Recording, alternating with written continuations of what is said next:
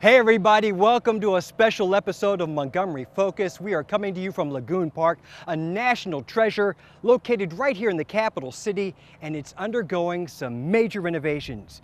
I'm your host. People here at Lagoon call me Michael Federer because my game so much resembles his. Not Roger Federer of Switzerland, but Melvin Federer, who plays in the Wadawi Senior Tennis League.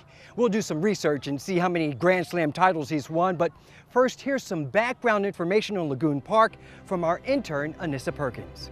Lagoon Park is home to many remarkably designed facilities that serve the community.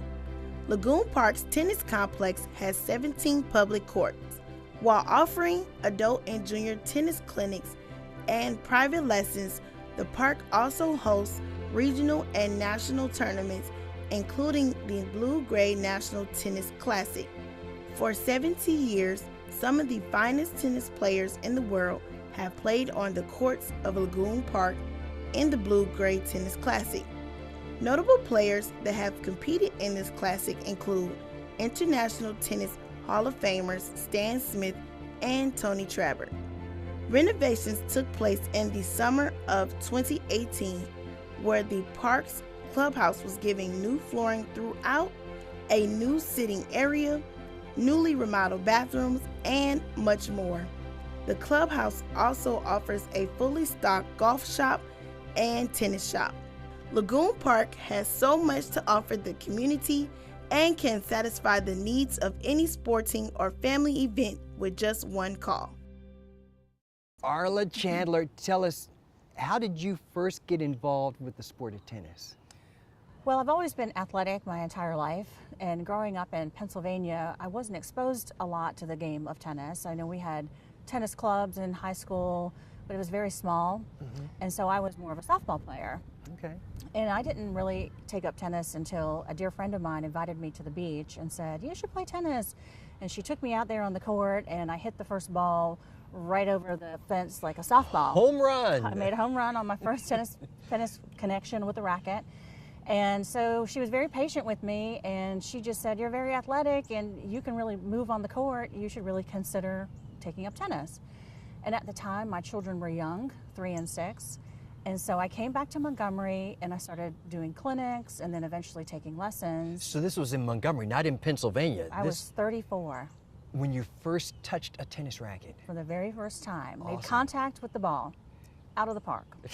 So I really didn't understand the concept of what goes up must come down and how you bring the ball down. I could certainly get the ball to go up. Sure. So it was mentally very interesting to me. And when life was busy with 2 children, working, managing a family, I realized very quickly that I could only focus on the ball and what was happening on the court. That I couldn't channel my energy anywhere else. It was a distraction. It allowed you to focus on it and it alone. And it Awesome. also met the physical requirements: cardiovascular, musculoskeletal, and mental. So I loved it because tennis is a total body sport and it's a lifelong sport.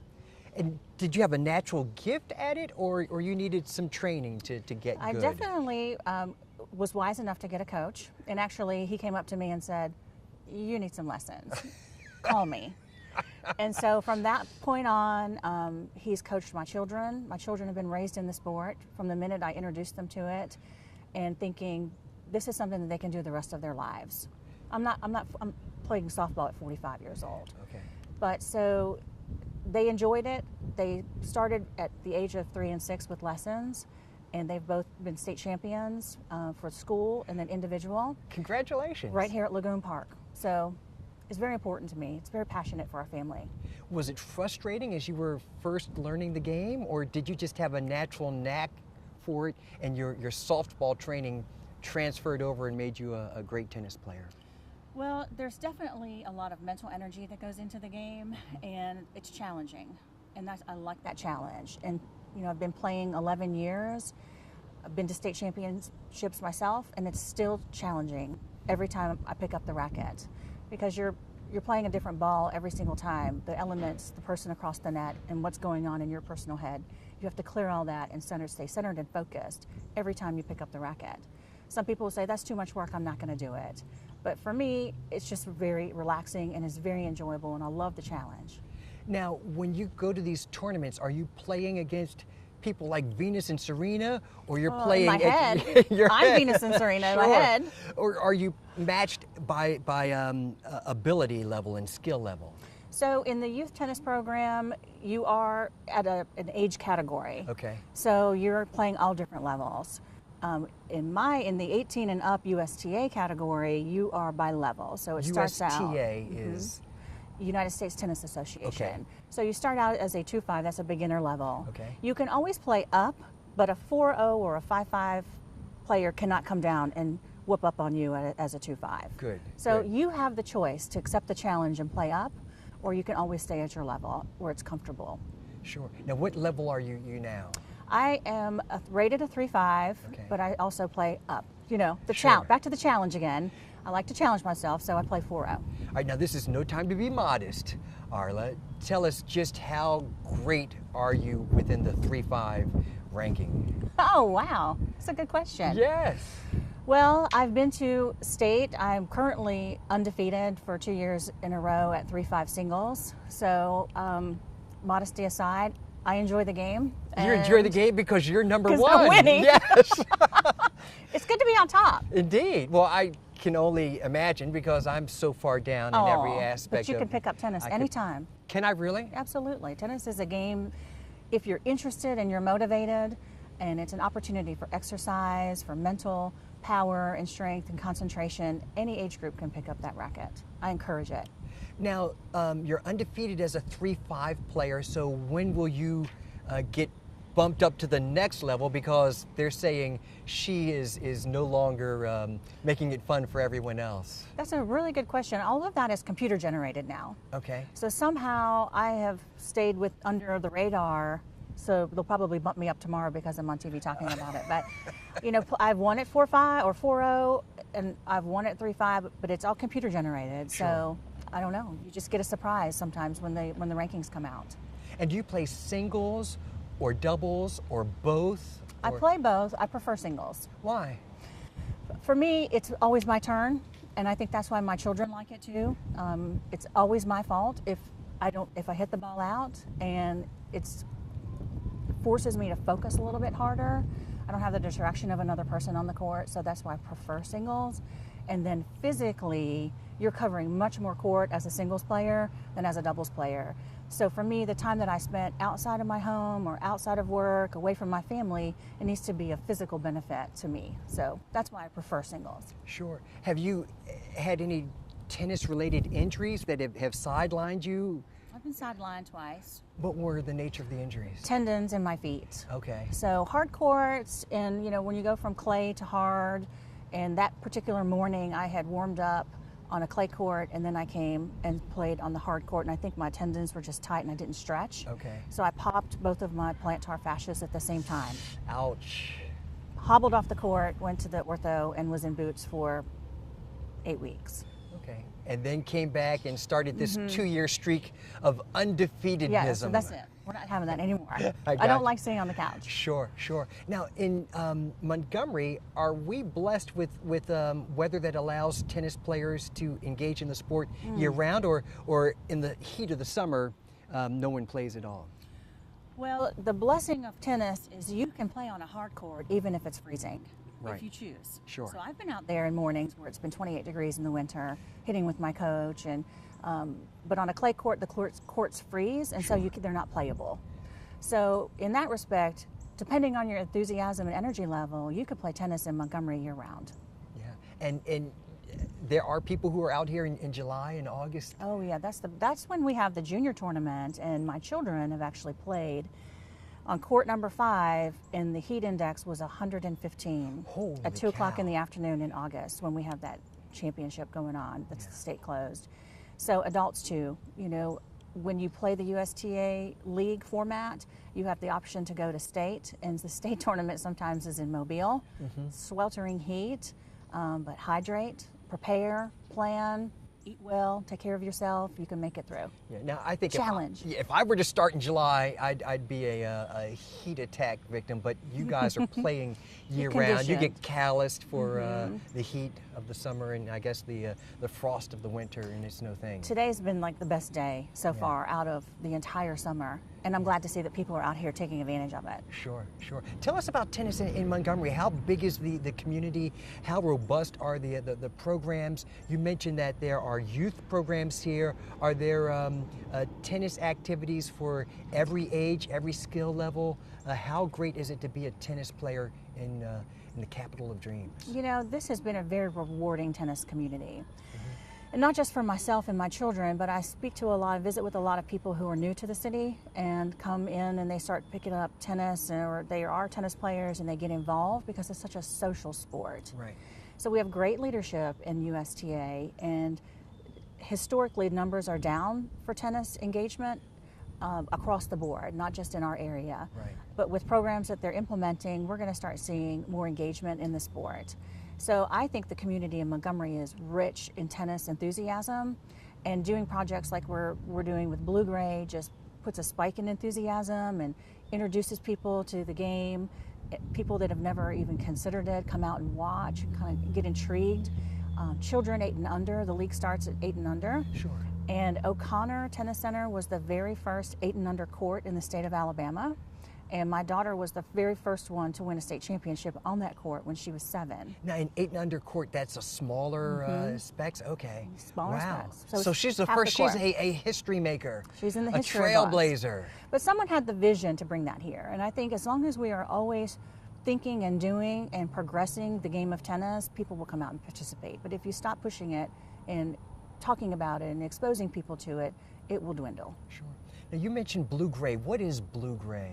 So I am chair of Blue Gray this year. Okay. So Blue Gray is the National Collegiate Tennis Tournament that's been hosted in Montgomery since 1949, Wow. Annually. Yes. So rich in history, Jack Bushman who introduced it was an individual competition at the time. Right. It's evolved into what we're seeing now. So in 1949, Jack Bushman said, we need an individual competitive sport for tennis here. Sure. So he started it. Noticed that it grew, noticed that he was drawing some really top dogs here, like Bobby Riggs and Pancho Gonzalez. Wow. And they played here. And then he played LSU College. Okay. He had We the won't hold that against Mr. Bushman. Not after all he's done. No. We'll let him have it. So he had the vision, again, just a great visionary, to see this through and down the road as a college tournament. So he went to colleges and he talked to coaches, and he then made it a college sport, and it was men's teams. And then as we went down the road, it became men's and women's teams. Okay. So as of today, we have 16 teams, top college teams, coming to compete in February for the Blue Gray Championship. It's very well respected. It's been going on 71 years now. Wow. And are these just teams from the southeast, or geographically, how far are the teams traveling from to get here to play in Montgomery's Blue Gray tennis tournament? Well, it's the Blue Gray National. National, okay. So we have teams that have come from, well, this year we have Fresno State, Boise State, Princeton, Yale, of course, our anchor teams, which creates all the enthusiasm, Auburn and Alabama. Sure. Rice from Texas.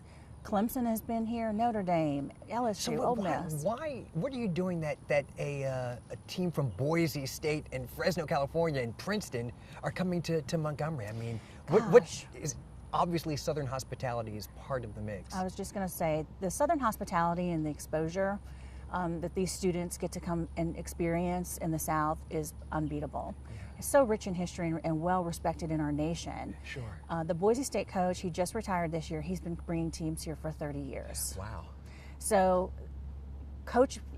players that have played in Blue Gray are now coaches, like Luke Shields and Clancy Shields over at Arizona and Arizona State. They were players here, and now they have teams that they're bringing back to Blue Gray. Sure. So that's just that ripple effect and keeps proliferating, all of that enthusiasm. So when I get calls, can we please come to Blue Gray? I played Blue Gray, Right. coach at Utah, I played Blue Gray, I would love to come. Is there room in the field?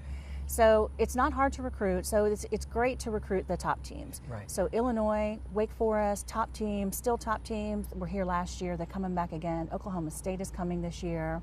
Texas Tech is bringing their men's and women's team. Awesome. A lot of enthusiasm, but that Southern hospitality is like none other.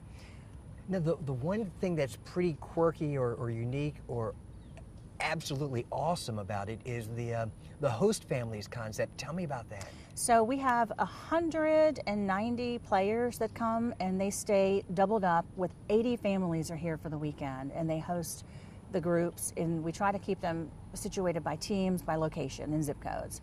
So the families come together in the evenings and host the players, and the children play ping pong and interact with players, and they're exposed to players from all over the world. And so the families really get involved. They come out, they almost adopt these players as their own, and they support them as if they're their child. Right. And they come out and cheer for them and rally the troops, and it's just beautiful. Now, do they like chaperone them around town, or they actually spend the nights in the homes with the Kids are kicked out of their beds, give up their rooms, sleeping on the couch for these players to come and sleep in their beds and experience what it's like to live in the South with a big family and eating the food and traditions. And typically the families are not obligated to, but they like to host a breakfast every morning. Sure. And definitely they get together and either cook, grill, go out to eat, fill the restaurants with the teams, but they try to do something together as a group at night. How awesome. It's really awesome. Has it always been that way, or the host family concept is a recent thing, do you know? I don't know when the host family concept Okay. actually came about. That's a good question, but I don't know. It's been around since I've been here. Sure. Maybe Jeff would have that answer. I don't know. And I guess how cool is it that you give these players from all over the world, because these top tennis programs recruit internationally to fill their rosters, a chance to experience Montgomery and share that memory for the rest of their lives. It's a beautiful thing, and it's really the center point and the pinnacle of what makes Blue Gray so special. And to that note, we try to keep families hosting the same team over and over again, so you build a relationship with the coach. The children build a relationship with the tennis players that is proliferated over a lifetime. They still keep in touch with each other. Our guest speaker this year for Blue Gray is Sylvain Gouchard, and Sylvain came here as a player, looks up to Dr. Mike Bridger as a father figure and their entire family, and now he is one of the top dogs of the USTA in pro development. Sure. And so he's coming back. He's coached, he's been a player, he's coached a team, and now he's highly involved in the USTA, and he's coming back full circle to be our guest speaker this year. Nice. That's a beautiful thing. Now, what's the cost for Montgomery residents or River Region residents who want to come out here and see these teams play? So Blue Gray is completely free. It's not free to put on, No. but it's free for the public. So we raise all the funds privately and with city support and the tourism support to put Blue Gray on every year. But without private donations and the city support, we couldn't make it happen. So part of why we are so enthusiastic about what's happening here and our involvement at Lagoon is to give thanks back to the city and appreciation for all of their support and to help build the tennis community. Sure. Is it just the collegiate action that people see, or are there other auxiliary activities for families who come out here during a tournament weekend? So every year we progress, and that's the way it should be. And I have a philosophy that Blue Gray is every day. Blue Gray is every day. Blue Gray is, and that's my philosophy. Okay. And that's how I like to get things, that's how I get things done, is because I'm constantly thinking, how can we do something more? How can we grow this? How can we do better in whatever I'm involved in? Sure. And so Blue Gray is every day. It doesn't mean that I'm out there beating the drum. It doesn't take 8 hours of my day, but it takes thought. And so through our committee, we have a committee of doers and not just idea generators, they're implementers. Okay. And so when you have a committee behind you like that and you're constantly thinking and you have people that can support you and implement, you can make things happen. So throughout the years with fantastic committee support, we've grown the Kids Festival. So the Kids Festival was just a tennis clinic for 1 hour. Right. And we've expanded it. So when I got involved in Blue Gray, I was handed Kids Festival. Here, and I looked at Arla. Kids Festival and I said, this isn't a festival, this is a clinic. If you want a Right. festival, we're going to make this a festival. Sure. So I brought in kind of a carnival atmosphere out here in the walkway, and the clinic has over 120 kids that participate now. And so we put it out through the schools, 10 and under, and then we turn the court into mini clinics. There's a lot of volunteer support that's involved, and prizes. And then once the kids are completed with the clinic, they come out into the carnival atmosphere that runs until 1 o'clock. So they have 4 hours. Entertain the children, parents can stay, and watch tennis, and so it exposes the whole community to the game a little longer. I think we need a kids clinic for kids who are in their mid-50s like me. Like Is you. that possible? You think you could do that, Madam Chair? You know what? I'm going to write it down, and I'm going to think about it on one of my blue-gray days. Good deal. Now, in addition to doing all of this great stuff, Blue-Gray also opened up its checkbook and is helping to underwrite some of the renovations here. How big of a check did you contribute, and why did you do it, and in what ways is that money being spent? So Blue-Gray, every year we raise money to put on the tournament, but depending on how great the budget is or how much money is raised, there's a little bit left over in the checkbook. And part of our mission is to build the tennis community, give back to the tennis community, and support the tennis community. So we try to look for projects within the city to bolster the atmosphere for tennis. So this particular project, we've watched the facilities here at Lagoon kind of go on the decline for lots of years. Budgetary constraints, we get it. But we also have attendance here and enthusiasm for the support for the sport that we need to nurture and grow. And so between the city facilities, we wanted to make an impact to help the city preserve the sport within our community and continue to grow it. So as a committee, we sat down and we looked at what can we do with Blue-Gray this year to really make an impact, because I like a project and I like a challenge, right? All right. That's why you're the chair. Yes, I'm in the chair as the chair. So we put our heads together, we looked at everything that we could possibly accomplish and what money we had, and we realized if we went to the city to get this project done, how much could we contribute? Sure. What's left in the checkbook? Well, we had a little bit left, but it took a fundraising, an additional fundraising effort, and we raised $50,000 to give additional to the city outside of what we're going to raise for the budget this year. And we're really proud of that. And we're really thankful for the families and the businesses that supported that special project. Indeed. So I was really happy to call Scott Miller and say, I have an idea. If we can help you, can we get this project done? And here's a list of things that need to have happened, or I need to have happen. And this wasn't just an idea of our committee. This was feedback from our coaches that have come, from the players that are now coaches that have been coming here, you know, since 1970 when Lagoon was built. And so that feedback, we put it together, we took it in a nice, neat package to the city and said, can we partner? You guys have helped us so much throughout the years. You really have done a lot for tennis. We want to improve the tennis community. Can we partner and accomplish this together? And so here we are.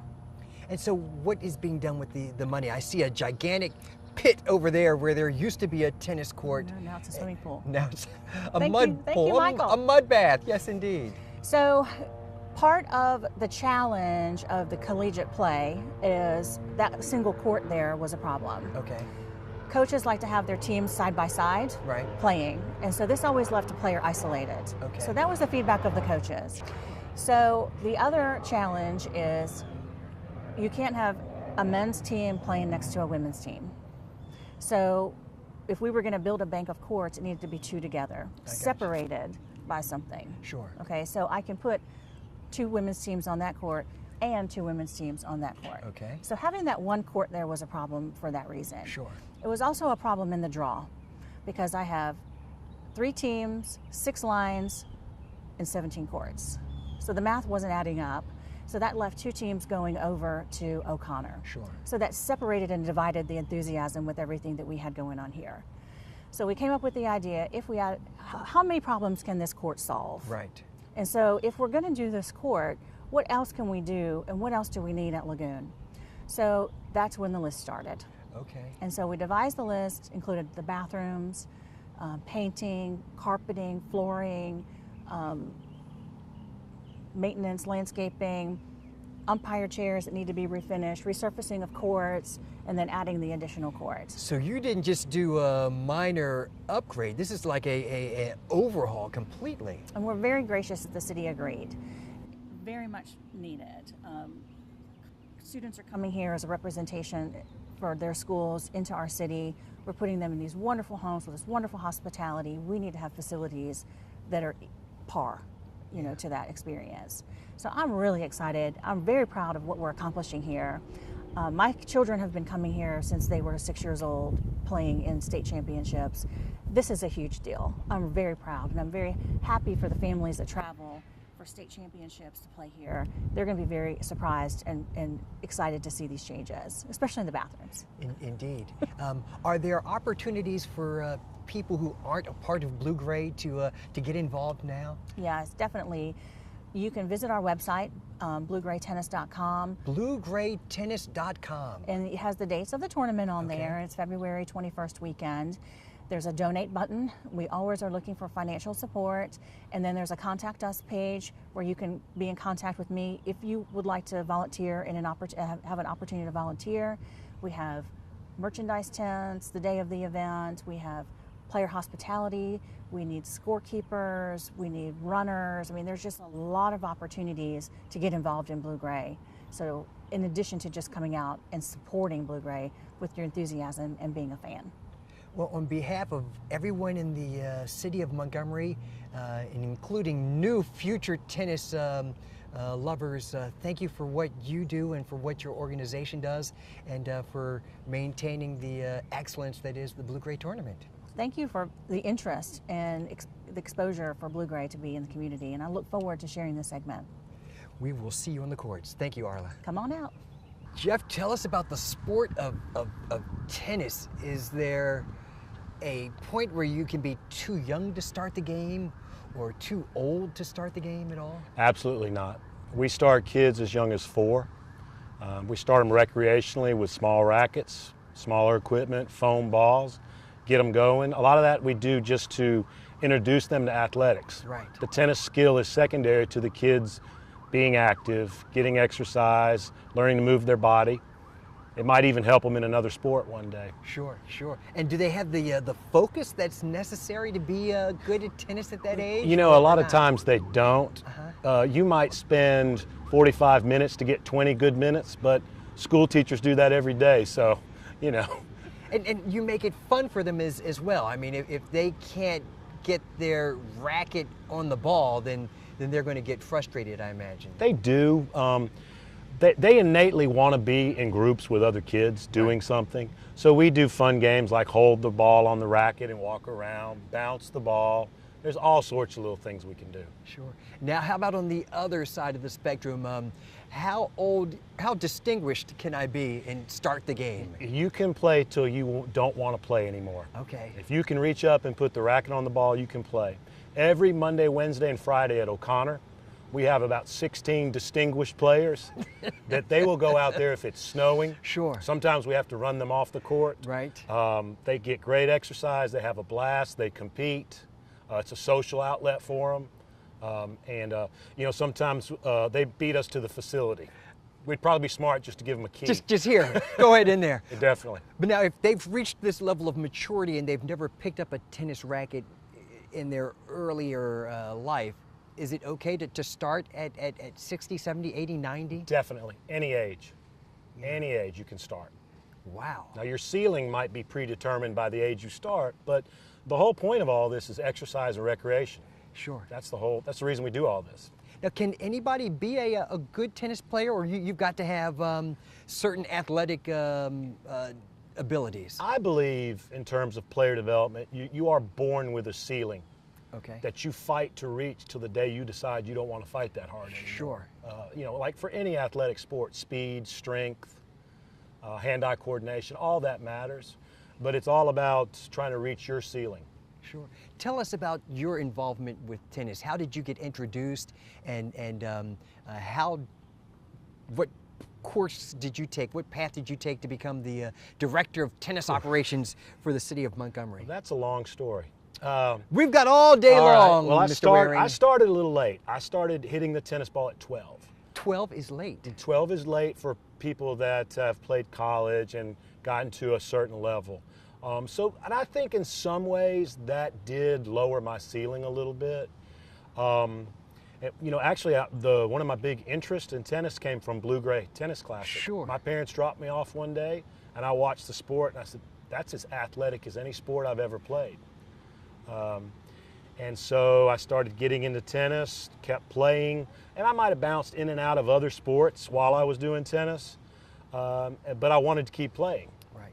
So I ended up going to Huntington College to play. And that bought me 4 more years to play. You played collegiately at Huntington I did, College. and that bought me 4 years to continue to work towards my ceiling that maybe I lost with some players that started playing at 6 years old or 8 years. Right. Then I got done with that and I started teaching tennis at Wynn Lakes. I believe the next day after I graduated, I was hired there to teach tennis. Well, not to mention sweep courts and fill water jugs, but Of course. I was there to teach. I enjoyed it right away. So I kept playing. And that bought me another 10 years of skill development. And then I guess in about my early 30s, I hurt my shoulder.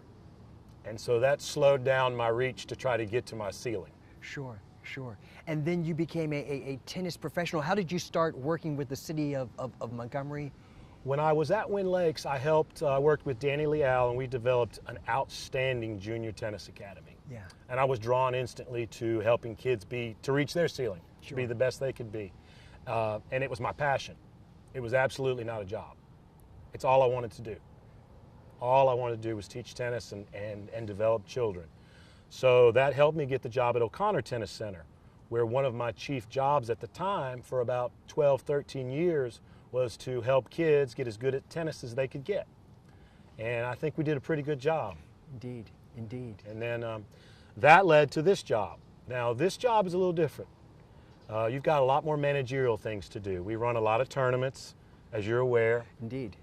And now, in this position, how do you balance your time and resources between managing programs that help the residents, the taxpayers of Montgomery, versus enterprises that are going to attract outsiders to come in?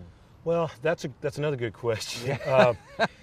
The work it takes to get tournaments. Sure. Interestingly enough, I used to coach for the USTA. Okay. And I would go wherever they needed me, whenever they needed me. USTA Yes. is the United States Tennis Association. Okay. So I built up a lot of contacts while I was coaching. And they knew about my, say, work ethic. And so when I started bidding on tournaments on behalf of the city of Montgomery, I knew all the people that made those decisions. And they remembered the fact that I'd helped them out coaching their programs. Sure. So they gave me chances, and we have great facilities, get outstanding support from the city, and so we're able to bring in a lot of quality events. Now, when you say bid on a tournament, you have to tell those organizers, here is some money we will give you if you, in exchange, bring the tournament here to Montgomery? I think it's more about the facilities and the quality of the investment by the city of Montgomery. I got you. That's one thing that I'm super proud of. I get unbelievable support. We're not geared towards tournaments that want money. Right. We're more geared towards using our resources to make it a great event. So we would tell organizers, we will shut down our normally ongoing programs so your tournament can come here and have a good time. That's right. And what are some of the tournaments that come here? Well, we run the Southern Designated. The Southern Designated. Which is ages 10 through 18. It's the largest Southern tournament in the South. We'll have over 500 players. A lot of those will be the top 100 players in their age group in the South. Right. We run the Junior State Championship for the state of Alabama. We run the Junior Qualifying for the state of Alabama, which determines which kids actually get to go play to Southerns and then maybe move on to Nationals. We run the Blue Gray National Tennis Classic, which is the longest running collegiate tennis classic in America. Congratulations, 7 decades of tennis excellence. We host the Alabama Independent Schools Association State Championship. We host the 7A Alabama High School Athletic Association State Championship. We host 4 other high school tournaments that are the regional tournaments, or the smaller tournaments, area tournaments, I should say. It's sounding like the locals are going to have a hard time getting onto the course. We do take some weekends away, but we try to make up, with night play, day play. Now, when these players come here to town, how long does the typical tournament last? A normal tournament's 4 days. And so that means they've got to spend at least 3 nights, maybe 4 if they want to get here before their day one, in our hotels, in our restaurants. I just hear cash registers going cha-ching, cha-ching. That's definitely part of what happens. Has there been any type of economic impact analysis that projects the sport of tennis generates X number of dollars for our city coffers? We take a strong look at room nights, and Yeah. that data is collected and sent on. More, we're part of Parks and Recreation, Okay. which we're very proud to be a part of. And Parks and Recreation is huge in amateur sports in Alabama here in Montgomery. We generate tons of economic revenue, and we just try to do our part. Good deal. As great as the tennis environment here is, we've got some renovations going on here in Lagoon Park. Tell me what were some of the reasons that these renovations were needed, and then what are the renovations, and what will it be like when the final renovation is completed? Well, Lagoon Park's almost 50 years old. Wow. So this year we started really sprucing it up. We've done new floors. The bathrooms have been completely redone. We're going to get a new roof. Okay, we'll get a new ceiling. Had you heard from visitors who said, Jeff, love the hospitality, but we need to work on the physical plant? There might have been some comments that the place had a lot of character. Nicely said. How much is the price tag for all of these Well, renovations? we're looking at, we're adding another court Okay. at Lagoon. And we didn't just add a court. We had to dig a court out and make it 2 courts. Sure. So you're looking at $100,000 to that project. And does this make us more attractive to tennis tournaments? Will we attract more tourism and big bucks, or it helps us maintain in keeping blue-gray from going someplace else? Or I think the biggest thing it does is helps us maintain, but it does send a message that we are willing to compete with people that are building new facilities, and that we are fighting to keep what we have. I got you. And now back to the locals who play tennis. You said you've got tennis in the weekends, tennis at night. How does one find out how to get involved? Well, basically, you just get in touch with us.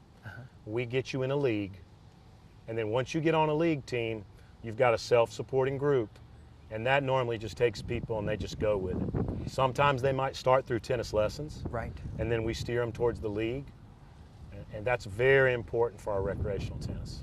And is the league matching players of equal ability or equal ages? I would not want to get on a tennis court right here and then have Roger Federer shooting a missile at me or It something. is definitely by level, and they have added 18 and up or 40 and up, Okay. but the levels stay the same. And is it singles and doubles? Are there mixed doubles? Could my wife and I play on the same team? Or You could play with your wife, except she's too good to play with you. Well, she says that a lot, so if you say it as well, then I might have to bite the bullet and agree. Now, wait, you got tennis lessons. Can you help me beat her at I some can point? sure try. Okay. I can sure try. It may take us more than one, but we can sure try. What type of lesson structure is there? People come out every week, or you do as needed? We do as needed. Uh-huh. People that are really trying to raise their skill level normally come either once a week or once every 2 weeks. Sure. And is it possible for a skilled player to beat someone that's got an athletic advantage, or athletics and strength and agility will always win in the end? Tennis skill, ball skill, racket skill can overcome speed and strength to a certain degree. There's hope for me. Yes. Indeed. And how long does it take one to get? I don't have to be playing in Wimbledon qualifiers, but I would like to beat my wife if I can. I would think in 4 or 5 hours we could give you a shot. But we might need to get you on a league team and build up some tennis IQ. Tennis is a sport that takes some time to learn. Sure. And are there things that I need to be doing health-wise before I start picking up a racket? Do I need to stretch or run some 5Ks or get LASIK surgery so I can see the ball coming to me, or what's the deal? I believe that people should get fit while they're learning tennis. Okay. Meaning I don't like, if somebody is totally inactive, I don't want them to just dive into tons of hours of tennis. I want them to be walking first, hopefully jogging, stretching, doing some resistance exercise. And tell me about the future of Lagoon Park. Is this going to be the epicenter of tennis in the river region for decades to come, or are there plans on the drawing board or on someone's wish list to have an even bigger, grander tennis facility somewhere? I would say that a grander facility is on the wish list. But right now, we're really focused on doing the best we can with Lagoon and making it a newer facility. Sure. We want to upgrade here, keep what we've got, add where we can. How many courts are there here at Lagoon? There's going to be 18. 18. Is that a magic number or? Very important number. We need to be multiples of 6 Okay. for high school and college events. And once we get those courts built, then the word goes out, hey, Lagoon is the place to be. That's right. If we were to build a grander facility, would it be an expansion here at Lagoon, or it would be possibly someplace else in the city limits? I believe we would move. Okay. I would believe. We're starting to get a little landlocked here. Okay. Well, just that golf course thing, just plow it over. Those guys can play someplace else, I'm sure. I'm being facetious. There are cardiac arrests taking place all over right now in people's homes. Well, thank you so much for what you do to make tennis here so grand and for putting us on the map. We know that players from all over the country come here to compete, and that they are recruited from all over the world. So Lagoon is really their introduction to Montgomery, and we hope that you keep up the great job. Thank you. That is game, set, and match for Michael Federer. Thank you for joining us. We hope we've piqued your interest just a little bit about the tennis programs that are here at Lagoon Park, and that you'll make a trip to this special place real soon as either a spectator or as a participant. We'll see you here next time. Until then, have a great Montgomery day.